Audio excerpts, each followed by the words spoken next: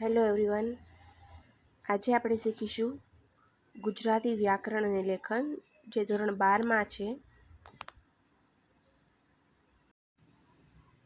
અહીંયા આપણને ગુજરાતી પ્રથમ ભાષાનું આખું પ્રશ્ન પેપર આપેલું છે કે જેમાં તમે જોઈ શકો છો કે વ્યાકરણ છે તે 20 માર્ક્સનું આપેલું છે. એટલે જે લોકો સ્કોર કરવા માંગતા હોય તેના માટે વ્યાકરણ શીખવું બહુ જ મહત્ત્વનું છે.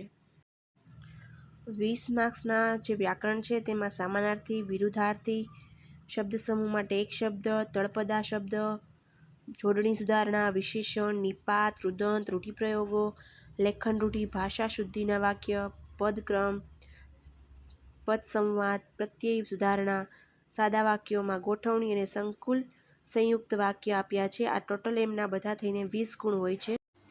એ સિવાયનું પણ 20 માર્ક્સનું જે પદાર્થ ગ્રહણ, ગદ્યાર્થ ગ્રહણ, સંક્ષેપ લેખન, કાળકથન રીતિ મુજબ ગંધખંડ ગોઠવણી, આ બધું પણ આ જ વ્યાકરણમાં આપેલું હોય છે. અને એ સિવાયનું જે 20 માર્ક્સનું બીજું પણ છે, જેમ કે અરજી લેખન, વાદાત્મક ગદ્યમાં રૂપાંતર, ભાવાત્મક ગદ્ય, નિબંધ લેખન, મતલબ તમે જોવા જાઓ તો ટોટલ 60 માર્ક્સનું તમને 12th સ્ટાન્ડર્ડમાં 60 માર્ક્સનું તમારે વ્યાકરણમાંથી જ આવતું હોય છે. તો આ રીતે મોડર્ન ગુજરાતી વ્યાકરણ અને લેખનમાંથી આપણે ટોટલ કેટલા માર્ક્સનું એન્યુઅલ એક્ઝામમાં આવતું હોય છે, વાર્ષિક પરીક્ષામાં આવતું હોય છે, તે આપણે જાણ્યું.